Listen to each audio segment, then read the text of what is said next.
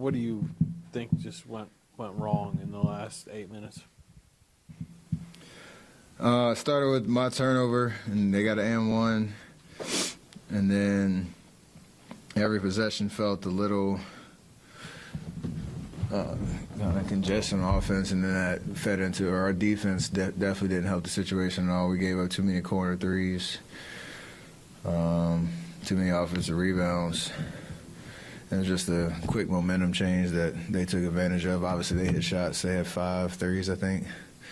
Norm had 4. Coffee had 1. I gave up coming off strong side corner. So it was a tough one. Just played really well for 42 minutes. And then, you know, they're a really good team that has some confidence, and we're still trying to prove that we're, you know, that type of team, and didn't get it done. Steph, why is the helping out on a strong side corner like a perennial thing? Is it scheme? Is it players just kind of falling asleep? And is it as prevalent as it looks? Like when you guys are going over a film, do you figure it out more times than you not? And it just feels to us like you guys make that same mistake a lot. I mean, tonight I came off strong side on Coffee. They had Zubac running off that pick and roll. He was getting in the middle and kind of spraying it to either side, really. That's kind of a symptom of feeling like there's threats all over and you're overreacting to certain things, and you're trying to do the right thing and, you know, be in a spot to help, but it may be a situation where help's not needed, and then the quick pass to the corner and they're taking advantage of it. You know, obviously we're undersized at most nights, and so the tendency is to, you know, try to crowd the paint to give help, but tonight they made us pay. Sometimes you can close out and, you know, late contest and it doesn't hurt you, but if the team's making them, a night like tonight can happen. Steph, how much can you say about Brandon this first half and just tonight? I mean, getting up there and rebounding against Plumlee and getting, you know, taking charges and all the little things he does that have made his first half of his rookie season pretty spectacular. He knows how to play. He's fearless and does a lot of the little things that impact winning. Even, I mean, he had 25 tonight and was amazing on both ends of the floor. Even when he doesn't have the stat line, there's still a connection on both sides of the ball that he just finds a way to make the right play. So some of the stuff you can teach, some that you can't. You just have a feel, and he sees the pictures really well this early in his career, and it's pretty impressive what he's been able to do. Steph, you guys have one more game coming up on the road, but how would you evaluate how you guys have done at home in the first half of the season? If I'm not mistaken, we're probably like 500 at home. 14 and 14. So we're very average. Very average doesn't get it done in this league, so you gotta, you know, we need to make a run, hopefully get bounced back tomorrow, and then, you know, after the All-Star break, hit a stride that you win every game here and steal some on the road. That's the formula. But we've been very average so far, so got to regain that home court fear that we've, you know, been accustomed to in the past. Steph, you mentioned tomorrow night's game, and Brandon said earlier that losing tonight makes it even more important to get tomorrow night. I mean, you guys have obviously had some momentum, a surge here going. How essential in your mind is it to regain that tomorrow as opposed to, you know, going to the break with 2 losses? I think either way tonight would have went, we would have said the same thing about tomorrow. Like, either you're trying to keep the streak going, not have any missteps down, you know, before the break, and now it's the same mission but a different mindset of, you know, bouncing back and feeling good going into, you know, a 6-day break or whatever it is. So very, very, very, very important game, to say the least. Steph, you and James are obviously the same draft. Russ was '08, PG was 2010. I know you don't have a great feeling after a game like this, but what's it like to still have battles like this with guys you came into the league with or came into the league around the same time as you? It's always special. Especially me and James, like you said, the same draft. I spent a lot of time with him at the, what is it called, the Naismith thing we did in college at the Final Four. We went up there, hung out a lot. Obviously, the draft experience, had a lot of battles back and forth over the years. Russ in there, like you said, PG. So we're all still trying to play at a high level. Talked about it with Brian, KD, and guys that have been around for a very long time and names in this league that are still trying to play at a high level. So there's a lot of mutual respect. There's a lot of competition, too. Hate losing to them. I think they feel the same way. So we'll keep doing it. Kuminga didn't have a bad scoring night, but it was maybe a little less dynamic than others. Are you seeing defenses play him differently? Is it a little more focus on him, and how have you seen him, or do you see him kind of adjusting to that?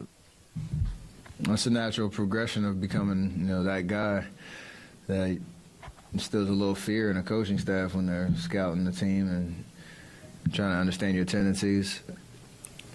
They have a very unique defensive style. They've, Ty Lue's great at in-game adjustments and does a lot of things to try to mix up the game and different looks. So not a surprise that, there was a kind of a slower type of night, but I think he's done an amazing job, JK has, of staying patient, staying aggressive, though, at the same time, and finding, his spots and continuing to build that confidence that he's that guy that he can, change a game for us on both ends of the floor, but especially offensively. So one night's not going to get him down. It's just a matter of continuing to get better. Hi, Steve. Happy Valentine's Day. And the love between you and Ayesha, that's just always admirable. And that's let me know that love is not like the result. Love is the process. And come on, you preaching out here. like the basketball game, right? And do you have any suggestion? How can we have the relationship and like you and Ayesha? That is, I love my wife for sure. We're not up here trying to preach to anybody about what the relationship goals really look like. We just live our lives and support each other. So yeah, I appreciate the compliments. Hopefully we keep doing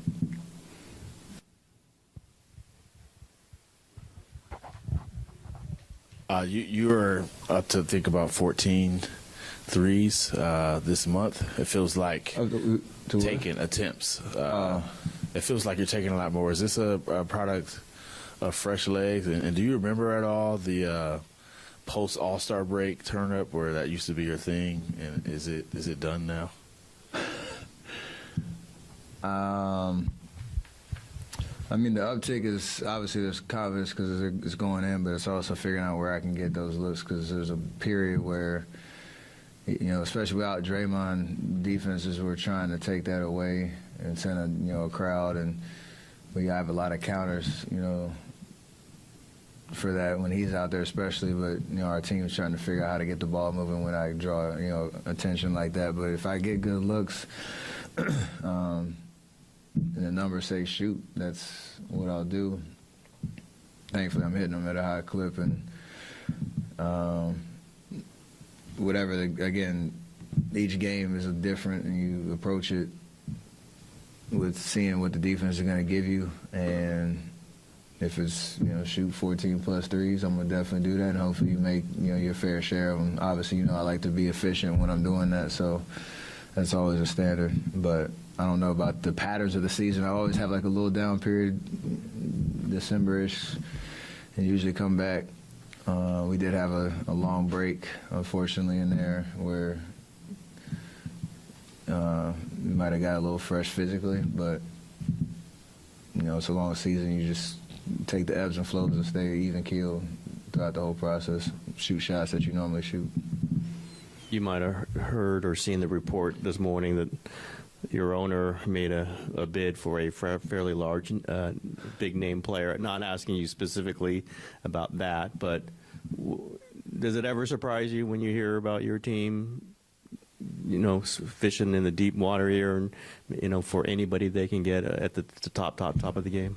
No, never surprised. It's always a surprise that stuff like that gets out, because I'm assuming that every team is making calls that if every fan base or media group would know about it, it would maybe normalize the conversations that happen, in the front office, especially around the trade deadline, when you're exploring around the league who's available, who's not, and gauging interest on that. So obviously a guy like Bron, you would probably call just to see. I don't know what the depths of those conversations were, but that was a nice little surprise this morning, for sure.